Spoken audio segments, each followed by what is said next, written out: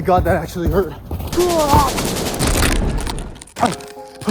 Ladies and gentlemen, boys and girls, welcome back to the channel. Don't know, in this series, we are flipping cars until we can obtain the dream car. Now in the last episode, your boy drove 2.5 hours away to pick up a BMW 530xi that I paid $1,000 for less than $200. I got the car running and driving mint. And while we haven't sold that car yet, in this video, your boy is taking a broken down, junking, non-running truck, fixing it and flipping it for a profit. So stick around because your boy has something exciting and special planned for you guys today. Yeah, let's get things moving.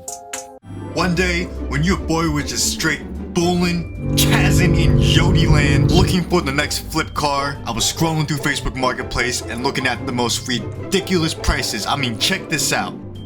Oh my god, bro. Oh, hell no, man. What the? So needless to say, your boy was looking for an alternative route to maybe find a car that, well, I can get into on the down low and maybe sell on the up high. When I was straight bowling on the couch, I had an epiphany. What if I won a car on auction? What if we won a car in auction? Why not? So your boy hopped on an auction website, scrolled for about a couple of hours until I found this. A 2006 Chevrolet Silverado 1500 that was not running but had 52,000. Bruh, this was insane. 52,000 miles on a truck like this could potentially bring a lot of cash. So after bickering back and forth, raising the bid, getting it in, your boy eventually settled for 2,300 beans. And well, in this episode, we are going from trash to not trash. From junk to not that junky anymore. And if you don't know how to burn, anyway, everybody chaz out because we about to get into the entire process of repairing and selling this truck.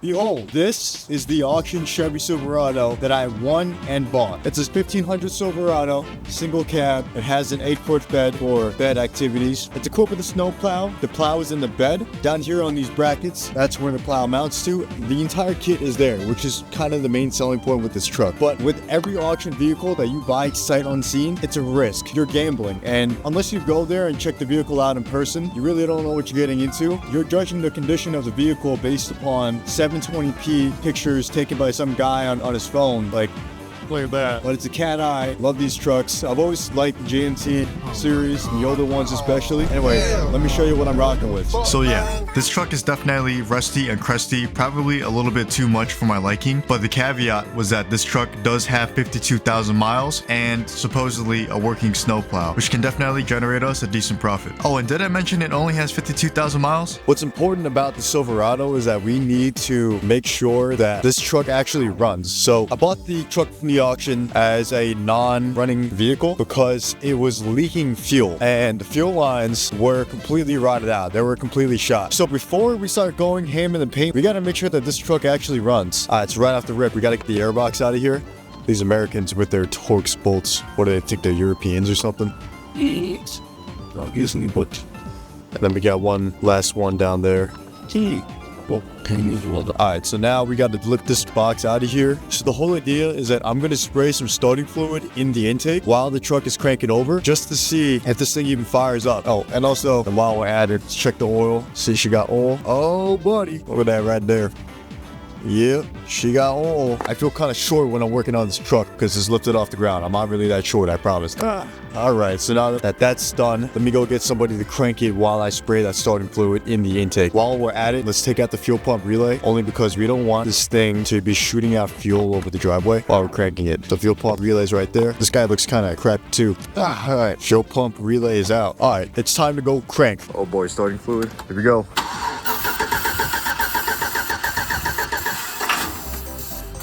Oh boy.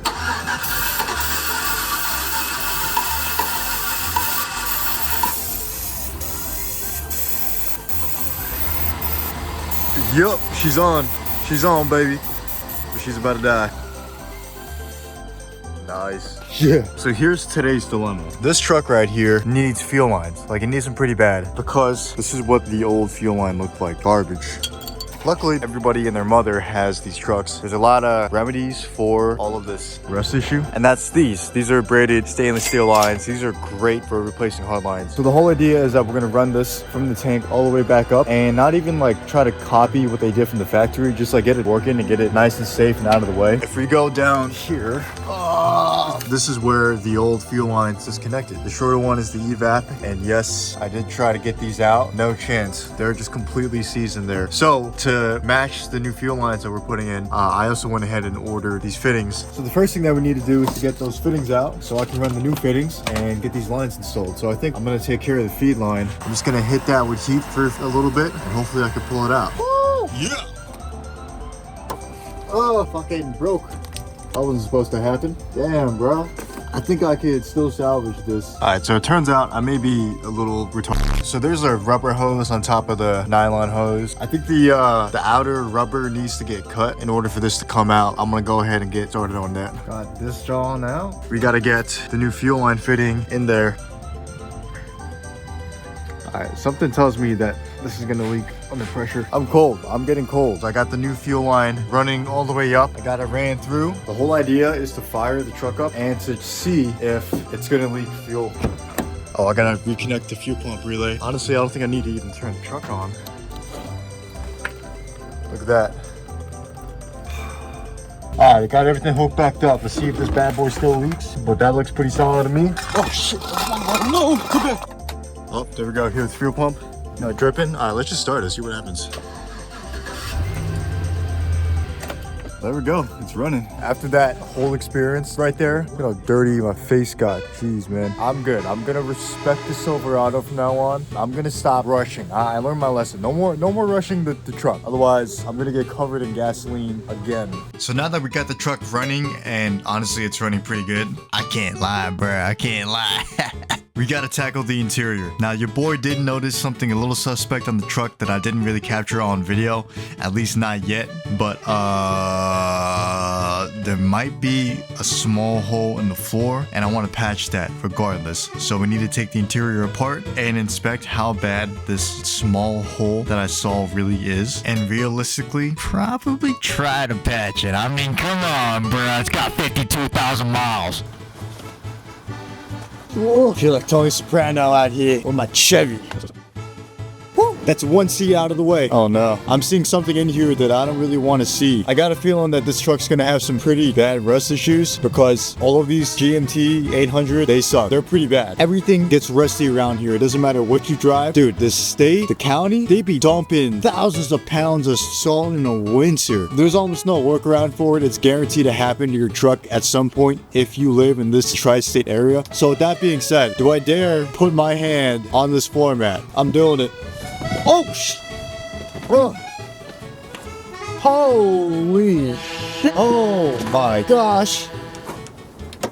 Hold on, let me show this to you guys. Bro, I should have known that like this was gonna be too good to be true. The entire truck is like really spotless. I mean, it's got like some clear coat issues and whatnot, but that's just crazy. I don't even know what to say about that, bro. That's crazy. So it looks like we're doing a floor pan. Fucking goddamn fucking American truck's fucking piece of shit. I don't know why anyone breaks it. Hopefully this side's not gonna be as bad. Bruh. Yo, that's crazy. Look, that's the retainer clip. Bruh, that's the retainer clip that goes in the rocker. What the hell? Yo, low-key, this thing's oh, bro, I thought I just stripped it. Oh, yeah. Look at that. It's got a keyway here, so you can't put this on the wrong way. One-handed. That's a piece. Key out. Yes, silly little scallywagga you. What are we rocking with here? There's a Torx bolt right there. Yeah. God dang. This is not gonna be easy, bro. I need help. Bro, I'm about to pop in one of these Johns right here because I need some mental clarity after dealing with this fucking truck. Last but not least. Oh, you motherfucker. God damn. I'm like a zombie in The Walking Dead. I'm not effing around anymore. We got the half-inch drive, 700 foot-pounds of torque, rigid impact gun. Yeah. Bro, I don't know if you can tell by the frame rate of the camera, but it's fucking cold. So now that we have the truck completely stripped down, it's time to go ahead and cut out that old, crusty, dusty floor and weld up the new patch. Now that the truck is running good, it's time to take care of that rusty ass floor. Alright, now that that's out of here, got this joint all cleaned out. Now it's time to grind the surrounding areas down to bare metal so that we can weld it.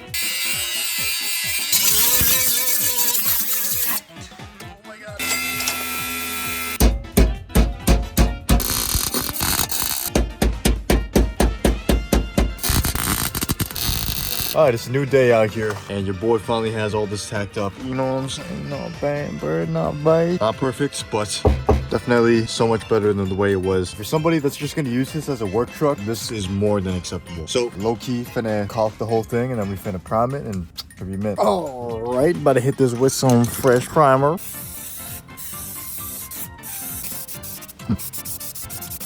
Yeah.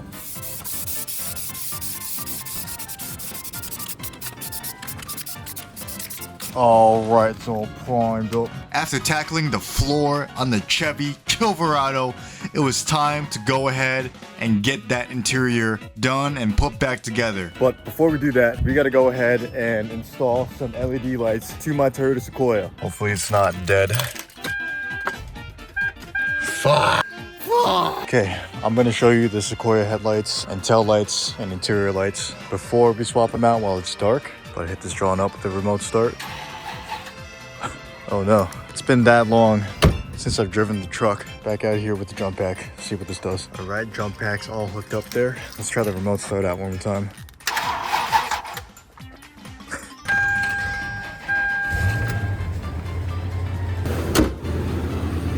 So, there we have it. The lights aren't that bad, they're pretty decent, but they're really like, well, of course, it's not gonna really show up on the phone. In person, they're really yellow and they're just, you know, old, obviously. Same thing goes for the back of the truck. Tail lights are gonna stay the way they are, but the reverse lights are gonna get changed out because the way that they're set up right now, which let me show you what I'm talking about. Yeah, the one side is good, the other side isn't. Gauge cluster, yeah, it's pretty yellow in person. Same thing goes with the HVAC controls, but tomorrow that will not be the case. Almost everything that you see here will be a very nice Lexus LED white. All right, got the truck running and I got my assortment of tools. High key, I'm not really trying to jump this thing again, so I think I'm gonna try to take it all apart while it's running, turn it off, and then put the new lights in it. But first things first, we need to go get the new lights. Yes, here they are, baby, here they are. Luckily, these Toyotas, unlike the German cars, are relatively pretty simple to work on for DIYers. I mean, not that, you know, German cars aren't simple or anything. It's just, I know how you guys get. Nice and easy, nice and easy. Pop this guy off. I'm trying to do this by looking through the camera, so bear with me. All right, the bulb is set in there. Just gonna set that clip back in. All right, so it was a little difficult to get the grommet through, or the plug through the grommet because the plug's a little bit bigger and space is tight. So I'm just gonna go ahead and pop the headlight housing out. Even if your truck is clean like mine, do it by hand because this Japanese 10mm hardware, it ain't no European car. You know what I'm saying? So it will break. Yeah, man, look at those threads aren't like the best. Okay, last but not least, 10mm back here. Now, hopefully this one is a little bit better. And yeah, came right out. All right, but now, after that, the headlight housing just comes out. Now we can work on getting that grommet on here. All right, so what I ended up doing was just cutting the rubber grommet in order to allow the cooling fins to expedite heat to the air so it won't be suffocated because these LEDs do need to have these little cooling fans up top to keep them cool. We're gonna plug it in the truck and just see how it works. Oh yeah, check that out. You can barely tell on camera that LED is definitely on. All should be well from there. I got this side all unbolted. Just got a quick, come on, baby. Yoink. Get that, oh, my hands, dude. Get this headlight housing all out of here. I got this drawing all done up here. Gotta put it back in the truck now. Boom, again, look at that. LED is lit. It's pretty bright, to say the least. Fire. Okay, and just like that, the front headlights are all put back together. So now it's time to tackle the rear. Doing the reverse light bulbs was pretty simple. It was just a matter of popping out the reverse light bulb and then putting the LED in there. By the way, it's important to check for polarity. And if you don't know how to play, if the bulb doesn't turn on, just take it out, flip it around, and put it back in. Here comes the fun part. We get to do the interior gauge cluster lights. All right, so here we are in the truck. And underneath this little plastic cover for the gauge cluster are gonna be 2 Phillips head bolts. This just simply pops out. It's super easy. So once everything is out, we can go ahead and slide the gauge cluster out of place. And there are connectors back here that we do need to disconnect. Boom, and there we go. We have the gauge cluster out. There are a number of these green bulbs out here that need to get replaced. I believe the size is a T10, but it's pretty simple. These literally pop in and pop out. They literally push right in, doesn't take any effort at all. Just like the reverse lights, clarity matters on these bulbs. If you plug it back in and they don't light up, just simply pop them out, flip the bulb around, and put it back in. All right, so we got all the LEDs that I wanted to switch out here swapped in. So now we're gonna plug this in and just make sure that everything here is working. All right, baby. Yeah, yeah, yeah, yeah. I got these jaws back in. Yeah. All right, now we just gotta pop this bad boy in here. Just like that. Ooh, check that out, baby. Check that out. So now it's time to take care of this side. Oh! Oh, what a tragedy, boys. I lost the screw. Luckily, the pre-facelift makes this pretty easy. Just twist and pop these green guys out. There we go, empty socket. Pop in the new bulb and then put the socket back into the climate control unit. So this is a great example of what I mean by sometimes the polarity is gonna have to be flipped. So notice how some of these bulbs are lit up, but most of them aren't. Pop this bad boy out, pull it out, literally flip it around, and boom. And there we go, we got everything hooked back up. Now on camera, this is showing up a little yellow, but in real life, bro, in real life, this Mama Jama is showing up pretty hot, pretty white. Bruh, do I feel like I'm driving a Lexus now? Just look at like how many lights, green LEDs that were in this truck. Like an absurd amount. Also, while I'm at it, we're gonna change this out as well. This is pretty simple. Just get behind it, pop off that little plastic cover, just yoink that bulb out of there. Okay, grab, I believe a T15 size, plug it back in the socket, then put the light cover back on. Now we have very nice door lights. All right, so your boy low-key went a little bit crazy, and now up here it's got the LED lights too. Word.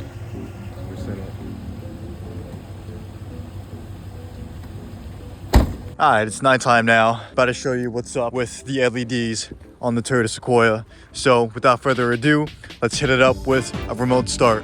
Whoa! Sheesh. Oh my goodness. All right, people are definitely gonna be flashing me their high beams. I can't even look at it. Dude, sick. Absolutely sick. Yeah. Oh, baby. It's all coming together now, baby. Oh, baby, yeah! Oh, check that out, white LEDs. By the way, this is what it looks like with the new LEDs. Anyway, going back to the Chevy Silverado, there's one last thing that we needed to do before we are able to put the truck back together, and that was to replace the seat bottom for the driver's side seat, because as you can see, it's just all nasty, torn, and it looks like a fat person farted in it. But after this is taken care of, we're gonna put the snowplow on the truck, make sure it works, and then after that, we should be smooth sailing. It's time! It's time! Get the plow out of the bed.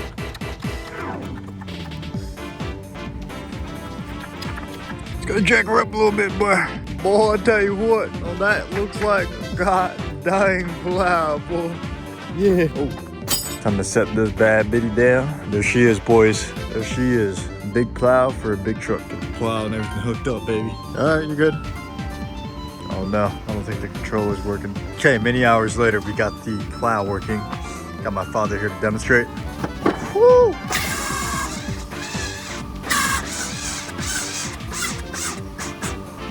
Damn, bro, that shit's pretty cool, man. Oh, and by the way, got the interior mostly together for the Silverado. And damn, that seat looking pretty damn nice, if I don't say so myself. Anyway, this is the controller for the plow. So if I hit up, goes up, down, goes down.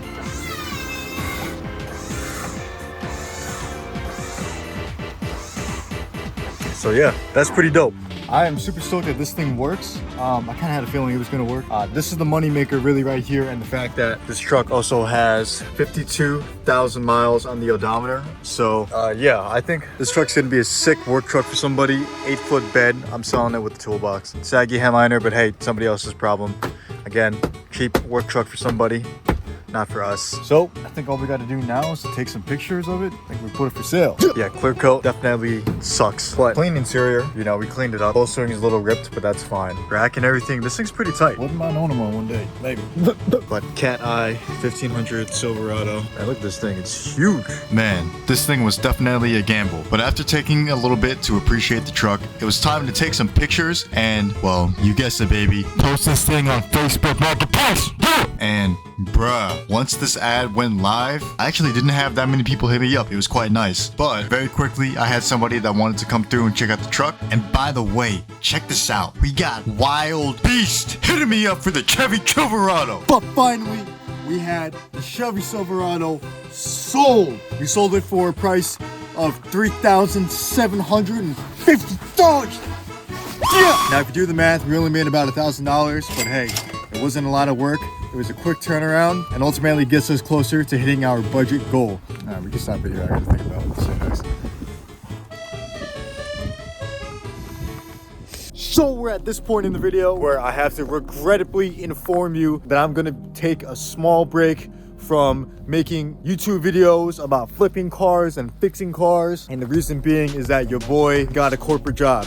Now, my objective is to make and save and grow my stack as aggressively as I can for these next few months, because the things that I have planned in future requires me to have a good financial foundation. And if you really get down with me, you would understand that. But that doesn't mean that the videos are gonna stop. It's just gonna slow down for a little while. And well, I thought to kind of end things on somewhat of a cliffhanger. I'd show you what the next flip cars are going to be. They're coming from the Eastern Hemisphere. They're coming from an Oxide Power. But as promised, we were flipping cars until we can afford the dream car. We are finally here. And well, ladies and gentlemen, we made it. And while we didn't hit the budget goal yet, we were still able to obtain this car on the DL. And in the Jake Seaweed way, this car needs a lot of work. More details in a future episode. Now you might notice that the E93 is all taken apart. No, I didn't get the car like this. It was a complete car. Your boy has had a lot of work done to it, which you will see eventually in the foreseeable future. But just to give you a little bit of sneak peek.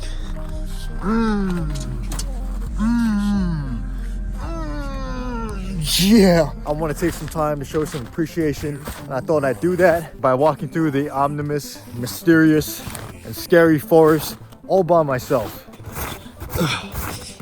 This has been an incredible, fun, and exciting journey. And while we still are a small channel, we are growing steadily.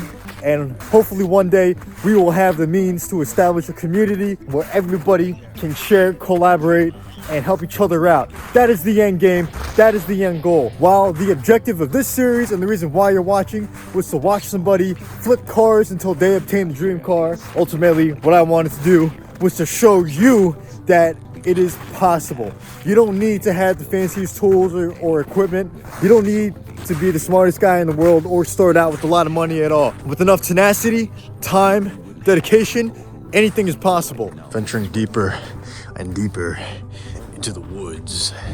I'm so scared right now.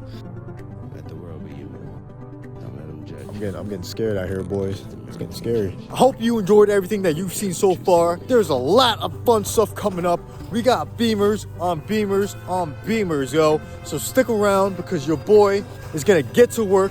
Your boy is gonna get these videos out and ultimately show you what it took for me to go from broke to dream car. And hopefully the takeaway from you is the realization that you can do this yourself as well. Whether it's flipping something until you can obtain something that you really want, or just starting a YouTube channel, I hope that I am an inspiration to you to get out there and start creating and doing the same thing. Anyway, your boy's got a lot of work to do. I moved away to a new city, new apartment. Needless to say, we are gonna get some new, exciting, fun stuff happening. But until then, take it easy. I'll catch y'all later. Peace. You can't fucking me now. I look like a schemer. They don't make no reason. Bitch, they get my phone every single time. I see between the lines. I make a couple dozen racks and keep